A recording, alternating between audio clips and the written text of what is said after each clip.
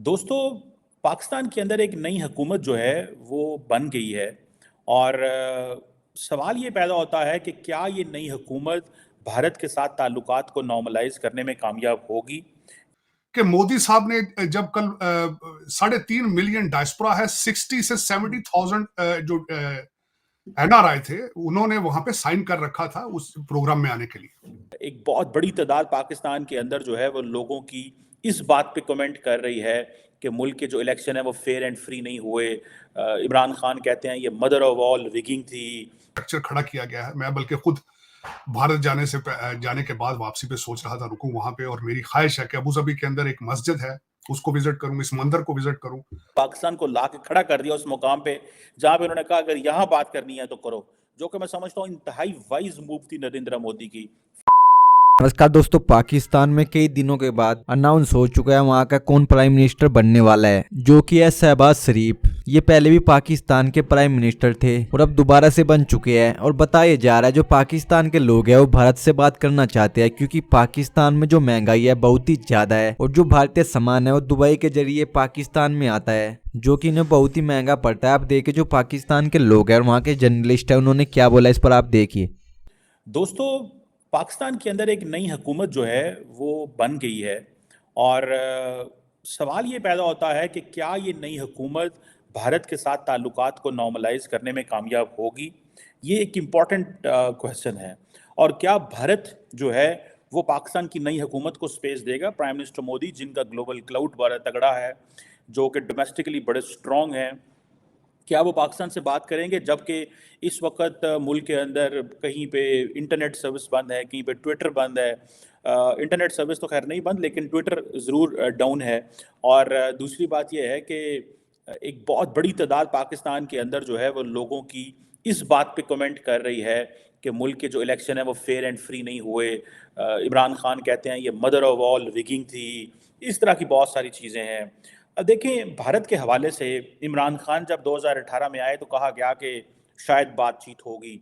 India के अंदर भी ये बात हुई कि पाकिस्तान से बात करनी चाहिए, क्योंकि इमरान खान जो है वो पाकिस्तान की इस्टेब्लिशमेंट के लाए हुए शख्स हैं, तो उनसे बात करना जो है वो ज़रूरी है। आप समझिए, अगर इमरान खान से बात करनी है तो इस्टेब्लिशमेंट से ही बात करनी है। लेकिन हालात ऐसे पैदा हो गए कि इमरान खान जो है वो लाए तो इस्टेब्लिशमेंट उनको, लेकिन वो भारत से बात करने को तैयार नहीं थे। क्योंकि जब भारत से बात करने की शुरू कोशिश कर रहे थे तो एक तो नरेंद्र मोदी ने 370-35 रिवोक कर दिया, जिसे वो कहते हैं ना, उन्होंने छक्का मारा अपनी पॉलिटिक्स का।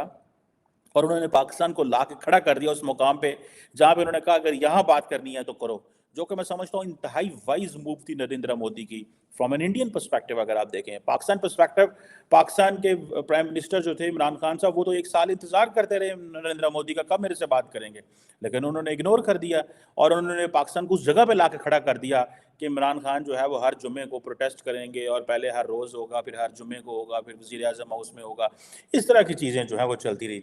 लेकिन अभी जो हुकूमत आ रही है वो शहबाज शरीफ की है, जो कि नवाज शरीफ के भाई हैं। और अमूमन ये समझा जाता है कि जो शरीफ ब्रदर्स हैं वो भारत के साथ ताल्लुकात को पसंद करते हैं और नॉर्मलाइज करना चाहते हैं। इसका मैं गवाह भी हूँ।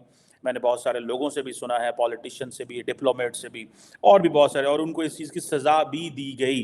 बहरहाल, एनी हाउ, मूविंग ऑन, तीन चार चीज़ें हैं जो हमेशा रुकावट रही हैं। एक तो हम समझते हैं जी, वो जिसे कहते हैं ना, these are sources of animosity between India and Pakistan continuously पहले दिन से लेके। एक तो ये जी, क्लैश ऑफ अपोजिंग आइडियोलॉजीज, मतलब इस्लामिज्म एंड हिंदुइज्म। हम मुसलमान हैं, वो हिंदू हैं, तो वो यहाँ पे आके ये अपोजिंग आइडियोलॉजीज हैं। पाकिस्तान के अंदर भी ये बड़ा बेचा गया है चूरन। हम ईसाइयों के साथ बात करने को तैयार हैं, हम दुनिया के हर मज़हब के साथ बात करने को तैयार हैं, लेकिन हम हिंदुओं के साथ क्यों भाई? हिंदुओं के साथ क्या मसला है?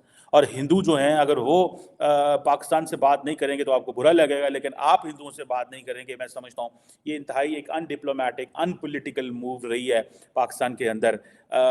आपने मज़हब की बुनियाद के ऊपर किसी से बात या खिलाफ नहीं होना होता, आपने इश्यूज़ की बेस के ऊपर होना होता है। वो एक चीज़ है। दूसरा ये है कि पाकिस्तान के अंदर हमेशा एक फ़ियर रहा है इंडिया का बड़ा साइज़ और बड़ी इकॉनमी की। इंडिया बहुत बड़ा साइज़ है, बहुत बड़ी इकॉनमी है, हमें उस हिसाब से प्रिपेयर करना है। क्या हम उस चीज़ से निकल आए हैं?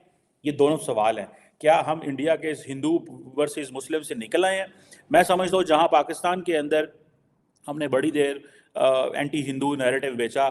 आज इंडिया के अंदर भी एक बहुत बड़ा तबका है जो एंटी मुसलमान या एंटी पाकिस्तान नैरेटिव को बेच रही है और वो इसके ऊपर पॉलिटिक्स भी कर रहे हैं। वो और भी बहुत सारी चीज़ों पे पॉलिटिक्स कर रहे हैं, लेकिन इन चीज़ों के ऊपर भी वो पॉलिटिक्स कर रहे हैं। दूसरा, जैसे मैंने बताया कि जो fear of bigger size of India, India इतना बड़ा है, हम इतने छोटे हैं, उनकी इतनी बड़ी फौज है, हमारी इतनी छोटी फौज है, हमें ये करना चाहिए, उनकी इकोनॉमी बड़ी वो है, इकोनॉमिक एसिमेट्री है, सो एंड सो। और वो जारी बात है, इकोनॉमिक एसिमेट्री तो हर रोज़ बढ़ रही है ना, कि जब ये बात आएगी कि टाटा की जो नेट वर्थ है वो $351 बिलियन है और पाकिस्तान की टोटल GDP 340-41 बिलियन डॉलर है, तो फिर बात तो फिर इकोनॉमिक एसिमेट्री तो बहुत आगे निकल गई। उसके लिए हमने जारी बात है कुछ नहीं किया। एक और इंडिकेटर है, ये अपनी जगह पे स्टिल मौजूद है, इसके ऊपर भी कोई तब्दीली नहीं आई। हिंदू मुस्लिम के ऊपर भी कोई लंबी चौड़ी तब्दीली नहीं आई। मैं समझता हूँ कि मामला ज़्यादा ख़राब हुए। जो थर्ड इंपॉर्टेंट पॉइंट है, that is a mind set of hostility between both the countries. वो कॉन्टीन्यूस है, ये परपेचुअल हॉस्टिलिटी है।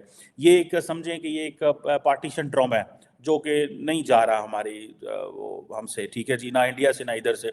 सो क्या वो माइंडसेट ऑफ हॉस्टिलिटी ख़त्म हो गया? मैं समझता हूँ वो जो माइंडसेट ऑफ हॉस्टिलिटी है वो बड़ा है, उसमें मज़ीद तक़वियत आई है, वो उसमें जान आई है। हॉस्टिलिटी में हॉस्टिलिटी कम नहीं हुई। इतनी हॉस्टिलिटी है कि फॉर एग्जांपल इस दफ़ा इंडियन मीडिया ने पाकिस्तान की परवाह नहीं की वहाँ पे क्या हो रहा है। They are not paying attention, they are paying more attention to Maldives. वो मालदीव्स को ज़्यादा टेंशन दे रहे हैं और पाकिस्तान को कम टेंशन दे रहे हैं। दैट टेल्स के वो माइंड से वो हॉस्टिलिटी इग्नोर, मतलब दे डोंट मैटर यार, छोड़ो, उनकी बात ही नहीं करनी, क्या फ़ायदा, उनका कोई हमसे लेन देन ही कोई नहीं है, ठीक है जनाब। एंड देन जो चौथा इंडिकेटर है जो हमारी कांस्टेंट एनिमोसिटी है, दैट इज़ कि आपका जो अनरिजॉल्व्ड इशू ऑफ कश्मीर है वो अपनी जगह पे खड़ा है, जिसको हमने न्यूक्लियर फ्लैश पॉइंट कहा। पाकिस्तान में जो तमाशा चल रहा है वो तो खैर आपको पता ही होगा कि अब नवाज शरीफ साहब ने शहबाज शरीफ साहब का नाम दे दिया है कि वो प्राइम मिनिस्टरशिप के लिए। लेकिन उससे भी ज्यादा इंटरेस्टिंग न्यूज वो मैंने आज देखी ट्विटर के ऊपर कि मोदी जी ने UAE में जाके अरेबिक में जो है वो एक स्पीच दी है या एड्रेस किया थोड़ा सा। तो वो आप कैसे देख रहे हैं वहां पे जो मंदिर बना है और उनके विजिट को? देखिए, मैं आरजू बल्कि उससे भी ज्यादा डिटेल में जाना चाहूंगा, क्योंकि मेरी हमेशा ये ख्वाहिश ये होती है कि देखो मोदी साहब क्या कौन से प्रेसिडेंट सेट कर रहे हैं दूसरे लोगों के लिए। जिस तरह दूसरे वजीर आजम जाते हैं वो क्या करते हैं, मोदी जी डिफरेंट क्या कर रहे हैं, आने वाले दिनों में लोगों के लिए क्या वो सबक छोड़ के जा रहे हैं, ये मैं इस पे बात करना चाहूंगा। एक तो सबसे बड़ी बात ये है कि मोदी साहब ने जब कल 3.5 मिलियन डायस्पोरा है, 60 से 70,000 जो NRI थे, उन्होंने वहां पे साइन कर रखा था उस प्रोग्राम में आने के लिए। वो वहां पे गए और फिर उसके बाद उन्होंने फिर दोबारा वही बात की, भारत की करेंसी को प्रमोट करने की, UPI को प्रमोट करने की। उन्होंने एक कार्ड वहां पे इंट्रोड्यूस कराया, रुपया, जिससे भारतीय करेंसी प्रमोट होगी। एक तो ये बहुत बड़ी सिग्निफिकेंट बात है। दूसरा, उसके बाद उन्होंने मंदिर की बात की, जाके बैप्स जो के ऑर्गेनाइजेशन है, 11 मंदिर है उनके, स्वामी नारायण जिनको वो फॉलो करते हैं, इनकी बहुत मानता है भारत के अंदर। और 27 एकड़ के अंदर जो मंदिर बना है, मार्वलस, और उसके जो सैंडस्टोन है सारे वो भारत से बन के गए। तकरीबन $85 मिलियन का खर्चा उस पर आया है। एक अमेजिंग स्ट्रक्चर खड़ा किया गया है। मैं बल्कि खुद भारत जाने के बाद वापसी पे सोच रहा था रुकूं वहां पे, और मेरी ख्वाहिश है कि अबू धाबी के अंदर एक मस्जिद है, उसको विजिट करूं, इस मंदिर को विजिट करूं। दुबई शायद जाऊं, गुरुद्वारा साहब, क्योंकि मेरे साथ जसदीप सिंह होंगे, वो हमेशा गुरुद्वारों को जाके उनकी भी ख्वाहिश होती है, बल्कि मेरी खुद ख्वाहिश होगी इस मंदिर को भी देखूं। ये सब मार्वलस पीस ऑफ आर्ट है जो उन्होंने बनाया है उसको, और जिस तरीके से बनाया गया है, और फिर वहां पे लोकल कल्चर को किस तरीके से सामने मद्देनजर रखा गया।